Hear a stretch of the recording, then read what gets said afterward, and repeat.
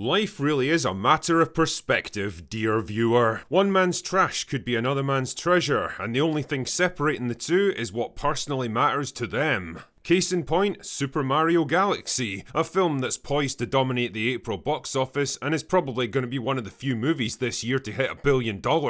But is it actually worth your time and money? Well, it all comes down to perspective. If you're a little kid with ADHD who just wants to see lots of bright colours and action and loud noises and a plot that literally never lets up for a single second, or a lifelong Nintendo superfan who's content to bask in the warm, comforting glow of nostalgia while munching member berries as they allow the film to carry them back into a simpler, happier, more innocent time in their life, then well, you can safely ignore everything I'm about to say in this review and just go see the film. You'll probably have an absolute blast and come away happy and contented, even if you're not entirely sure what you just saw, but you probably won't care. And The Drinker supports this. Never let it be said I want to get in the way of people having a good time. If, however, you're hoping for something just a little deeper, maybe some meaningful character arcs, or a story that tugs at the heartstrings and stays with you longer than the walk back to your car, you're probably going to come up short with this one. Allow me to elaborate. The story, such as it is, picks up sometime after the events of the first Mario movie. Bowser is now imprisoned by Mario and Luigi after being defeated at the end of the previous film. Princess Peach is now the benevolent ruler of the Mushroom Kingdom, and all seems to be going well. Until this weird little star thing shows up one day to report that Peach's long-lost sister Rosalina has been captured by Bowser Jr., who's planning to use her power to free his dad from prison so that they can take over the galaxy together.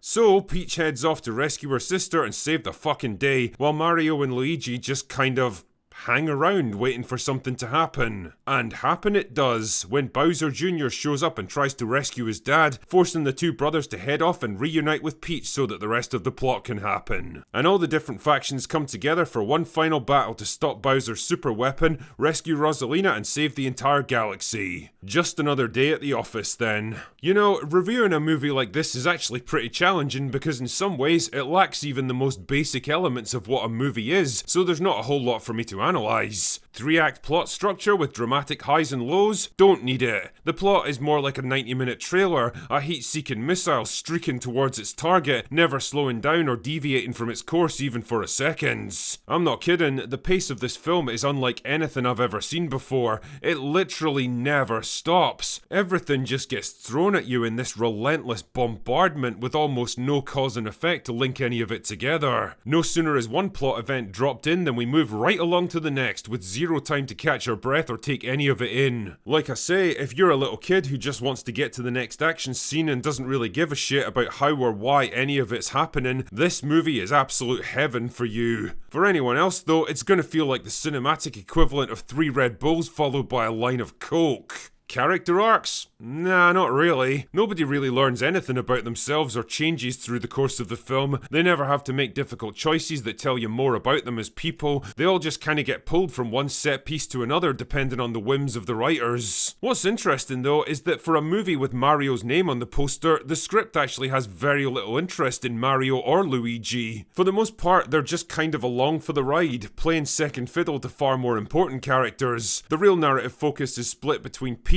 who's on a quest to rescue her sister and forms what I could best describe as the core of the film, and Bowser, who's caught between loyalty to his son and his friendship towards the Mario brothers. I mean, it's not exactly deep and meaningful character work, but it's something, I guess. But remember what I was saying about perspective? Well, you can always rely on Grace Randolph to provide you with a particularly retarded one.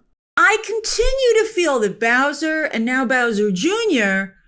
are a little bit too actually evil. Like, it goes beyond cartoon villainy. I think maybe because they kind of mimic, like, the toxic manosphere that is, like, I don't know if it's becoming more and more popular, if it's maybe finally reached its breaking point. What you just said is one of the most insanely idiotic things I have ever heard.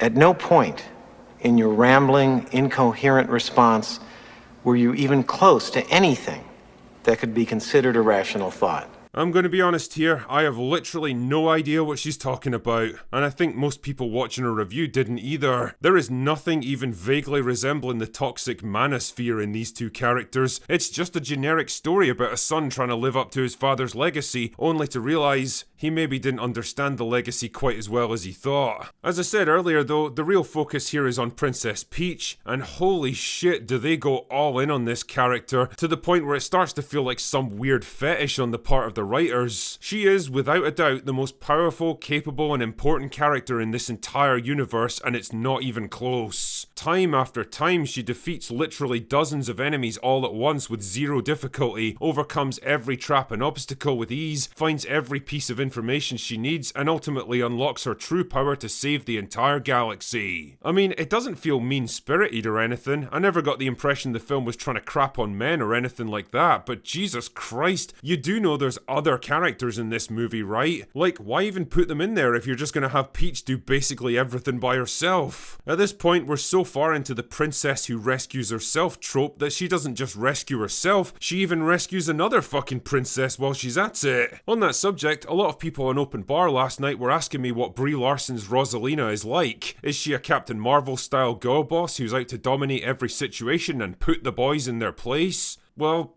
no, not really. There's not even a whole lot I can say about her, to be honest. She's in like 2 scenes at most. She's functionally identical to Princess Peach, and just generally comes across as a pretty nice person trying to protect her surrogate family. And hey, Brie seems pretty happy to be part of this film, and who can blame her? After like 5 years in actor's jail, she's probably happy to just be doing anything. For me though, the real star of the show was Glenn Powell's Fox McCloud, who's cool and suave and absolutely owns every scene he's in. The only problem is he doesn't even show up until like the last 30 minutes, and he's chronically underused. Shit man, I would take an entire film about him just flying spaceships and going off on adventures. Characters and plot aside, Mario fans looking for member berries, references, in-jokes and nostalgia bait are in for an absolute treat with this one. As someone who played Super Mario World to death back in the early 90s, even I cracked a smile at some of the recognisable iconography, vehicles and characters. The visual style and the animation is just as bright, colourful and fast-paced as you'd expect. The soundtrack is suitably epic and bombastic, some of the action scenes are pretty impressive, and yeah, it can all get a bit hyperactive and overwhelming at times, but what can I say? They know their audience with this one, and they're probably giving them exactly what they want. Anyway, I've prattled on long enough. The real question you're asking here is whether Super Mario Galaxy is worth your time. Well, the best I can say is that if you liked the first one, you're probably going to enjoy the sequel just as much. It's really just more of all the things you got last time with everything dialed up to 11. It's bright, it's colourful, it's fast-paced, and if you're willing to switch your brain completely off, then there's fun to be had with it for sure. If, on the other hand, you're looking for a movie that's deeper than a puddle, that has an actual story to tell and interesting characters to delve into, you're probably looking in the wrong place. As I say, it all comes down to perspective.